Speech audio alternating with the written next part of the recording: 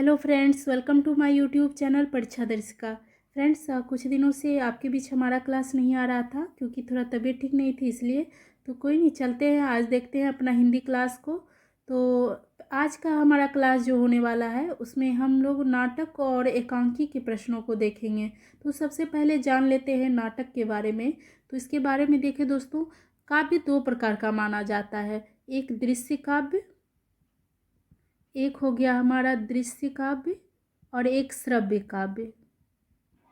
तो इस तरह से दोस्तों, तो दृश्य काव्य में क्या है, इसमें आता है हमारा नाटक, नाटक हो गया, प्रहसन हो गया, इस तरह से। और श्रव्य काव्य की बात करें तो इसमें गद्य हो जाता है और पद्य हो जाता है। तो दृश्य काव्य उसे कहा गया जो अभिनय द्वारा दिखाया गया, जैसे हो गया नाटक, प्रहसन। और श्रव्य काव्य हो गया जो कि सुनने योग्य हो, पढ़ने योग्य हो, वो श्रव्य काव्य हो गया। और गद्य और पद्य मिश्रित काव्य को क्या कहा जाता है, चंपू काव्य। ये ध्यान रखिएगा आप लोग। और दोस्तों, इस तरह से आज हम लोग बात करेंगे नाटक के प्रश्नों पर और एकांकी के प्रश्नों पे। तो यहाँ पे देखते को नाटक के विषय में और कुछ बता दूं तो इसमें क्या है कि इसमें अभिनय होता है, आकृति, वेशभूषा, संगीत के माध्यम से अलौकिक आनंद की अनुभूति होती है। और एकांकी में क्या होता है, इसमें के जीवन के किसी एक घटना प्रधान ये होता है, इसमें एक ही अंक का दृश्य दिखाया जाता है। नाटक 5 अंक का होता है और सभी अंकों के अंतर्गत दृश्यों का विभाजन होता है। और एकांकी में क्या होता है, उसमें बताया था जीवन के किसी एक घटना प्रधान ही ये रचना होती है, इसमें एक ही अंक होता है, इसमें दृश्यों का विभाजन नहीं होता है एकांकी में। तो इस तरह से नाटक में पात्रों की संख्या अधिक होती है और एकांकी में जो है पात्र सीमित होते हैं। तो यहाँ है, निम्नलिखित प्रश्नों में से एक जीपी श्रीवास्तव द्वारा रचित नहीं है। तो दोस्तों, ये प्रहसन जो है ये जीपी श्रीवास्तव का प्रहसन है। उलटफेर, दुमदार आदमी, मर्दानी औरत, और एक ये जो है लबर धोंदो, ये उनकी रचना नहीं है। इसके रचनाकार हैं बद्रीनाथ भट्ट। बद्रीनाथ भट्ट जी की ये रचना है। तो इस तरह से इनका प्रहसन है उलटफेर, दुमदार आदमी और मर्दानी। और तो आपको प्रहसन के विषय में बता दूं तो दोस्तों, हमारे जो संस्कृत के आचार्य हुए उन्होंने नाट्य के दो रूप माने हैं, एक रूपक और उपरूपक। तो और इन दोनों रूपों को भी पुनः उन्होंने उपभेद किए हैं। रूपक के उन्होंने 10 भेद माने हैं, जिसमें से एक है हमारा प्रहसन। आगे है, आचार्य रामचंद्र शुक्ल हिंदी का पहला मौलिक नाटक किसे मानते हैं। तो दोस्तों, शुक्ल जी के अनुसार भारतेंदु हरिश्चंद्र द्वारा रचित वैदिकी हिंसा हिंसा न भवति, उनकी रचना को पहली मौलिक नाटक वो मानते हैं। भारतेंदु हरिश्चंद्र की अन्य रचनाओं की बात करें तो उनका अन्य नाटक है चंद्रावली।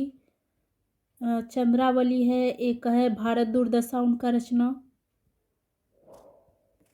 नील देवी बहुत ही महत्वपूर्ण रचना उनका, नील देवी। अंधेर नगरी, प्रेम जोगनी और सती प्रताप उनका दोस्तों अधूरा मौलिक नाटक माना जाता है। और दोस्तों, यहाँ पे ऑप्शन में दिया गया है कलिराज की सभा, रेल का विकट खेल, ये बालकृष्ण भट्ट की रचना है। बालकृष्ण भट्ट जो कि भारतेंदु मंडल के लेखक थे, बालकृष्ण भट्ट। इस तरह से अद्भुत अपूर्व स्वप्न, ये भारतेंदु हरिश्चंद्र की रचना है। अगला हमारा है वैदिकी हिंसा हिंसा न भवति, यह नाटक किसने लिखा। तो दोस्तों, ये भारतेंदु हरिश्चंद्र जी द्वारा लिखित रचना नाटक है। इस प्रहसन में भारतेंदु ने परंपरागत नाट्य शैली को अपनाकर मांसाहार के कारण की जाने वाली हिंसा पर उन्होंने व्यंग किया है दोस्तों। और वैदिकी हिंसा हिंसा न भवति के विषय में बता, यह उनका मौलिक नाटक है जिसका प्रकाशन 1873 ईस्वी में हुआ। दोस्तों, भारतेंदु हरिश्चंद्र को सही अर्थों में नाट्य विधा का प्रवर्तक माना जाता है इन्हें। और भारतेंदु ने समस्त मौलिक उनकी और अनुदित नाटकों की बात करें तो उनकी मौलिक और अनुदित नाटकों की संख्या 17 है, जिसमें से कि मौलिक नाटक की बात करें तो एक है प्रेम जोगनी, भारत दुर्दशा, नील देवी, अंधेर नगरी, चंद्रावली, ये सब उनकी मौलिक रचना है। एक है विशस्य विस्मौसधम, ये इनकी मौलिक रचना है, मौलिक नाटक है।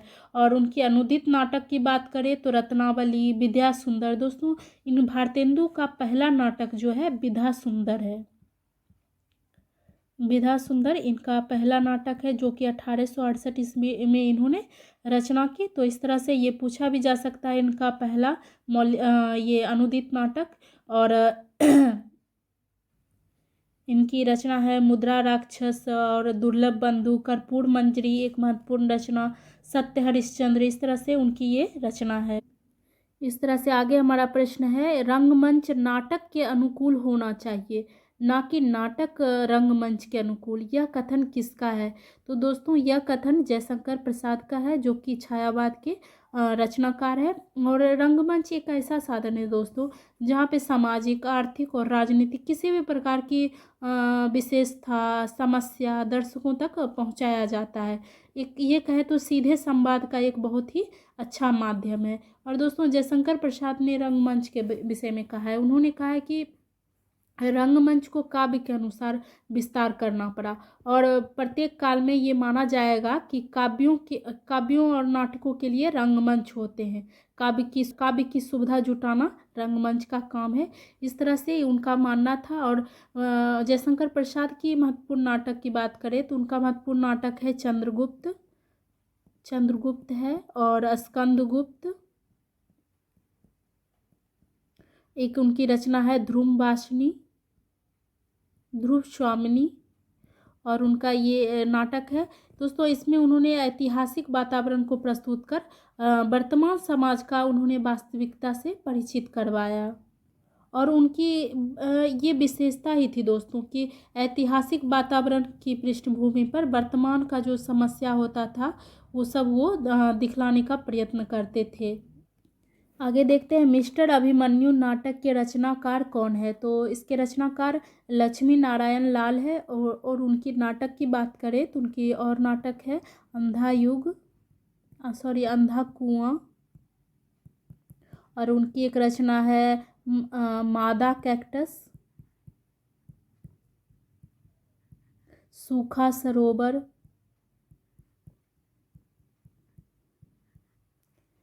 और इनकी एक रचना है कर्फ्यू। तो इस तरह से और उनकी ये तो इनका नाटक संग्रह हो गया दोस्तों। और इनके एकांकी संग्रह की बात करें तो पर्वत के पीछे,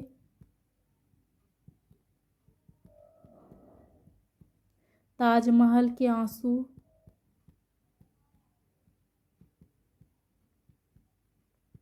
इस तरह से ये इनका एकांकी संग्रह है।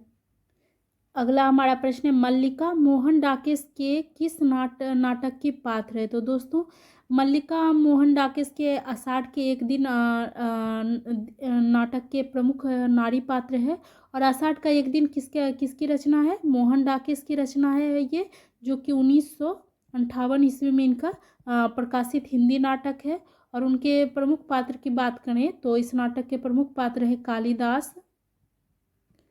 कालिदास हैं, विलोम हैं, मातुल हैं, ये सब। और स्त्री प्रमुख पात्र की बात करें तो मल्लिका है और एक है अंबिका। इस तरह से इनके अन्य प्रमुख का नाटक की बात करें तो इसमें एक इनकी रचना है आधे अधूरे, जो कि महत्वपूर्ण रचना है। और एक लहरों के राजहंस। आगे देखते हैं जिस नाटक में एक ही अंक होता है उसे क्या कहते हैं? तो दोस्तों पहले अभी हम लोग चर्चा किए थे पहला प्रश्न में कि जिस नाटक में एक ही अंक होता है उसे एकांकी कहा जाता है। और दोस्तों ये अंग्रेजी के वन एक्ट प्ले शब्द के लिए हिंदी में आया, वन एक्ट प्ले, ये इसका हिंदी में व्यवहार हुआ। और हिंदी में प्रथम एकांकी के संबंध में विद्वानों में दोस्तों मतभेद है कि हिंदी का पहला एकांकी कौन है। ऐसे डॉक्टर नगेंद्र ने जयशंकर प्रसाद की रचना एक घूंट को प्रथम एकांकी माना है। जयशंकर प्रसाद की एक रचना है एक घूंट। तो नगेंद्र ने उन्हें प्रथम एकांकी स्वीकार किया है, लेकिन विद्वानों में बहुत मतभेद है। और रिपोर्टाज की बात करें दोस्तों तो ये फ्रेंच भाषा का शब्द है। कैसा शब्द है? फ्रेंच भाषा का शब्द है। अंग्रेजी में इसे रिपोर्टिंग का और हिंदी में सूचना वाहक या सूचना प्रसारक कहा जाता है। हिंदी में कहा जाता है सूचना वाहक या सूचना प्रसारक।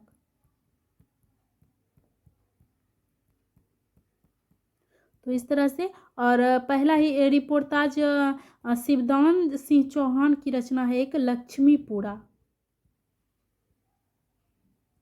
लक्ष्मीपुरा इसे हिंदी का पहला रिपोर्टाज माना गया दोस्तों, तो ध्यान रखिएगा। और आत्मकथा किसे कहा गया? तो जब कोई कथाकार या साहित्यकार अपनी कथा स्वयं कहता है तो उसे आत्मकथा कहा जाता है। इसका जो नायक या लेखक होता है वो स्वयं ही होता है। और इसकी शुरुआत दोस्तों आधुनिक युग में भारतेंदु हरिश्चंद्र के एक रचना है कुछ आप बीती कुछ जग बीती से मानी जाती है, उनका ये रचना से। और डायरी क्या है दोस्तों? तो इसे दैनंदिन भी कहा जाता है। इसे क्या कहा जाता है? दैनंदिनी। क्यों कहा जाता है दोस्तों? क्योंकि इसमें प्रत्येक दिन की घटनाओं का इसमें दर्ज होता है। तो इस तरह से। अंग्रेज राज सुख साज सजे सब भारी, पैधन विदेश चली जाती है अति यहाँ ख्वारी होगा, यह अति ख्वारी। भारतेंदु ने किस नाटक के आरंभ में उक्त पंक्तियों को उल्लेखित की है? तो दोस्तों ये जो पंक्ति है ये भारतेंदु हरिश्चंद्र के एक प्रसिद्ध नाटक है भारत दुर्दशा, इसी से संबंधित ये पंक्ति है दोस्तों। और भारतेंदु को हिंदी नाट्य का विधा का प्रवर्तक माना जाता है, इसे ध्यान रखिएगा दोस्तों। इस पंक्ति का अर्थ है कि अंग्रेज राज में तो सुख के सारे साधन उपलब्ध है, लेकिन खराबी ये है कि देश का धन विदेश चला जाता है। तो इस तरह से भारतेंदु जी ने नाटकों के माध्यम से जनमानस को जागृत करने का कार्य किया है। आगे देखते हैं सुहाग बिंदी और ययाति नाटकों के रचनाकार कौन है? तो दोस्तों सुहाग बिंदी और ययाति नाटकों के रचनाकार गोविंद वल्लभ पंत हैं। और दोस्तों ये नाटक सामाजिक और पौराणिक नाटक की श्रेणी में ये गिना जाता है। गोविंद वल्लभ पंत का एक नाटक है दोस्तों कोहिनूर का लुटेरा। कोहिनूर का लुटेरा ये नाटक दोस्तों इनका बहुत ही प्रसिद्ध रहा और भारत में 100 बार से अधिक ये मंचित किया गया। और इनका एक बहुत ही प्रसिद्ध लघु कथा है बलि का बकरा। बलि का बकरा। तो इस तरह से ये भी उनकी प्रसिद्ध लघु कथा कृति है। और इसके अतिरिक्त दोस्तों इनकी रचना है कंजूस की खोपड़ी, अंगूर की बेटी, बरमाला, राजमुकुट, ये सब कई नाटक इन्होंने लिखे हैं। और उदय शंकर भट्ट की रचना की बात करें तो इनकी नाटक है दोस्तों चंद्रगुप्त मौर्य। और इनका एक नाटक है विक्रमादित्य और अम्बा। इस तरह से हरिकृष्ण प्रेमी की नाटक की बात करें तो इनका नाटक है रक्षाबंधन। महत्वपूर्ण इनकी रचना है रक्षाबंधन, पाताल विजय, शिव साधना। इस तरह से धर्मवीर भारती के नाटक की चर्चा हम लोग कर चुके थे पिछले प्रश्न में। इनका नाटक है अंधा युग है और नदी प्यासी थी, नीली झील, ये इस तरह से इनकी ये प्रसिद्ध नाटक है। नेक्स्ट देखते हैं निम्नलिखित में भारतेंदु की मौलिक नाट्य कृति नहीं है। तो दोस्तों मौलिक और अनुदित किसे कहा जाता है? तो मौलिक किसे कहा जाता है? जो किसी लेखक का स्वयं का लिखित रचना हो उसे मौलिक रचना कहा जाता है। और जिन रचनाओं का अनुवाद होता है या तो कहे तो उन्हें दूसरे भाषा में उतारा जाता है उसे अनुदित रचना कहा जाता है। तो इस तरह से देखें तो यहाँ दिया हुआ है, यहाँ पे पूछा जा रहा है कि इसमें से कौन मौलिक नाट्य कृति नहीं है। तो दोस्तों यहाँ पे भारत दुर्दशा और भारतेंदु हरिश्चंद्र की मौलिक नाट्य कृति है वैदिक हिंसा, हिंसा ना भक्ति, अंधेर नगरी, यह उनकी मौलिक नाट्य कृति है। जबकि कर्पूर मंजरी दोस्तों ये भारतेंदु हरिश्चंद्र की ये अनुदित रचना है। और इसका जो है इसका मूल राजशेखर कवि द्वारा रचित प्राकृत भाषा की नाटक है दोस्तों। आगे देखते हैं सिंदूर की होली नाटक किस रचनाकार द्वारा लिखित है? तो दोस्तों इसका रचनाकार है लक्ष्मी नारायण मिश्र। और ये उन्होंने 1934 ईस्वी में लिखी। और उनके अन्य नाटक की बात करें तो इनका अन्य नाटक है अशोक और सन्यासी, राक्षस का मंदिर, रहस्य, वितस्ता का लहरें, ये सब इनका नाटक संग्रह है। आगे देखते हैं आधे अधूरे नाटक किसके द्वारा लिखित है। तो दोस्तों आधे अधूरे नाटक मोहन डाकेश की रचना है और ये 1969 ईस्वी में इन्होंने रचना की। और दोस्तों और धर्मवीर भारती की रचना हम लोग देखे थे अंधा युग, इनका नाट्य कृति है अंधा युग। और विष्णु प्रभाकर की प्रमुख नाटक की बात करें तो डॉक्टर और युगे युगे क्रांति इनकी एक रचना है, युगे युगे क्रांति और टूटते परिवेश, इस तरह से इनकी रचना है दोस्तों। और ये जो नाटक है आधे अधूरे, इसमें पूर्णता की तलाश का नाटक है। इस नाटक को दोस्तों मील का पत्थर भी कहा जाता है, ध्यान रखिएगा, इसे मील का पत्थर भी कहा जाता है। नेक्स्ट है हमारा मयंक मंजरी किसके द्वारा लिखा गया। तो दोस्तों मयंक मंजरी किशोरी लाल गोस्वामी द्वारा लिखित नाटक है। इनके अन्य नाटकों में और है इसका चौपट चपेट, चौपट चपेट इनकी एक रचना है। और प्रणयनी प्रणय एक बहुत ही महत्वपूर्ण रचना इनका, प्रणयनी प्रणय परिणय। और दोस्तों गोपाल राम गहमरी का प्रमुख नाटक है देश दशा,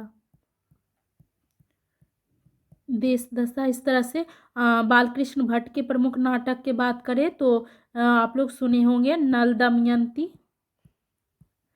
नल दमयंती इनकी एक रचना है। स्वयंवर है, सॉरी नल दमयंती स्वयंवर ही पूरा है नाम। और इस तरह से बाल विवाह बाल विवाह इनकी एक रचना है दोस्तों। आवाज़ में थोड़ा प्रॉब्लम लग रहा है इसलिए कोई नहीं, आप लोग मैनेज कर लीजिएगा। और दुर्गा प्रसाद मिश्र का प्रमुख रचना की बात करें तो इनका है प्रभास मिलन। इस तरह से हम लोग देख लिए। आगे देखते हैं निम्न में से कौन सी जयशंकर प्रसाद द्वारा रचित एकांकी है। तो एक घूंट है, ये 1930 ईस्वी की रचना है। तो दोस्तों ये जयशंकर प्रसाद द्वारा रचित एकांकी है। और दोस्तों इसके विषय में पिछले प्रश्न में आए थे कि डॉक्टर नगेंद्र जो उन्होंने जयशंकर प्रसाद की इस रचना एक घूंट को हिंदी का प्रथम एकांकी स्वीकार किया है दोस्तों, इस तरह से। और ये भी बताए थे आपको दोस्तों कि हिंदी के प्रथम एकांकीकार कौन है, इसके संबंध में विद्वानों में बहुत ही मतभेद है। कुछ विद्वान जैसे कि देखें डॉक्टर सत्येंद्र जो है वो भारतेंदु हरिश्चंद्र को प्रथम एकांकीकार मानते हैं। वहीं एक विद्वान है रामनाथ सुमन, वो राम कुमार वर्मा को प्रथम एकांकीकार मानते हैं। और डॉक्टर नगेंद्र वो जयशंकर प्रसाद को प्रथम एकांकीकार मानते हैं। तो इस तरह से हिंदी में प्रथम एकांकीकार के संबंध में विद्वानों में बहुत मतभेद है। यहाँ पे अन्य विकल्प देखें जानकी मंगल। तो दोस्तों ये हिंदी का प्रथम मंचित नाटक है जानकी मंगल, इसके लेखक हैं शीतला प्रसाद त्रिपाठी, शीतला प्रसाद त्रिपाठी की ये रचना है। और दोस्तों इंद्र सभा इसके रचनाकार हैं अमानत, ये दोस्तों गीति नाट्य है।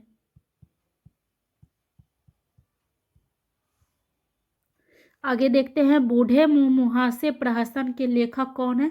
तो दोस्तों इस प्रहसन के लेखक राधाचरण गोस्वामी है। और इसमें क्या है इसका कथा कि इसमें हिंदू और मुसलमान किसान जो है एक साथ जमींदार के प्रति सम्मिलित रूप से ये विद्रोह करते हैं और अपनी समस्याओं को निराकरण करते हैं, इस तरह से। और इनकी अन्य रचनाओं की बात करें तो इनका एक रचना है तन मन धन गुसाई जी को अर्पण है। और प्रताप नारायण मिश्र दोस्तों इनका एक रचना है कलि कौतुक रूपक, ये उनका प्रमुख नाटक है कलि कौतुक रूपक। आगे देखते हैं अपना अगला प्रश्न, निम्नलिखित में कौन सा नाटक प्रेमचंद के प्रसिद्ध उपन्यास पर आधारित है। तो दोस्तों विकल्प में यहाँ सूरदास वीरेंद्र नारायण द्वारा इनका ये नाटक है, इसके रचनाकार है वीरेंद्र नारायण। और दोस्तों ये प्रेमचंद के प्रसिद्ध उपन्यास रंगभूमि के पात्र हैं सूरदास पर आधारित है। जबकि यहाँ पे विकल्प मेरे और देखिए श्वेत कमल, युग युग क्रांति, बंदनी, ये दोस्तों ये विष्णु प्रभाकर के सभी नाटक हैं। इसके रचनाकार कौन है? विष्णु प्रभाकर। आगे हमारा प्रश्न है भारतेंदु युग के नाटककार हैं।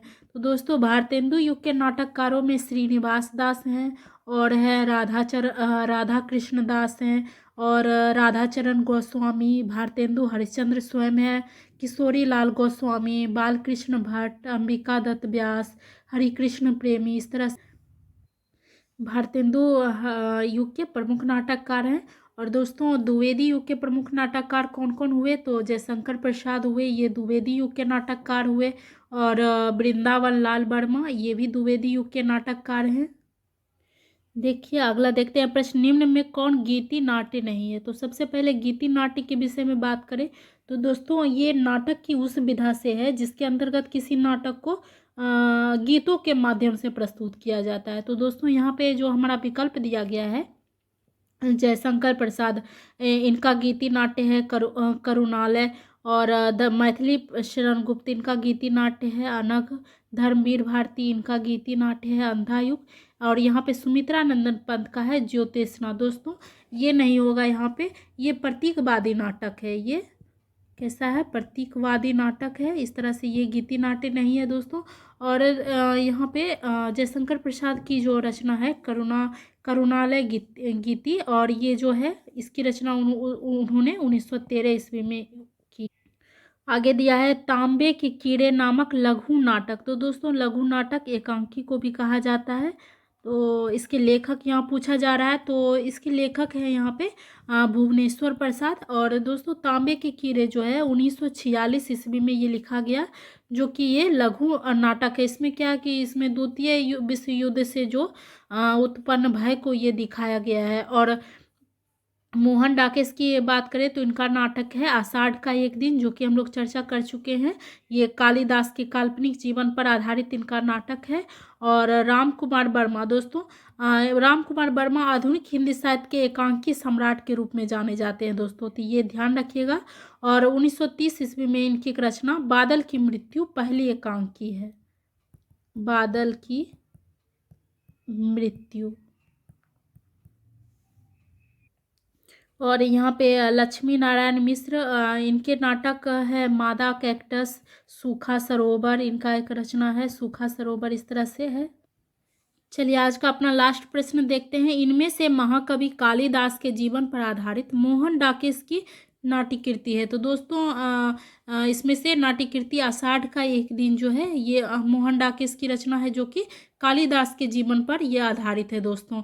इसमें क्या है कि इसकी रचना उन्होंने 1958 ईस्वी में की, मोहन डाकेश ने। और इसमें महाकवि कालिदास के जीवन के परिवेश, उनके रचना प्रक्रिया, इस तरह से उनसे संबंधित कथा को इसमें दिखाया गया है आषाढ़ के एक दिन नाटक में दोस्तों।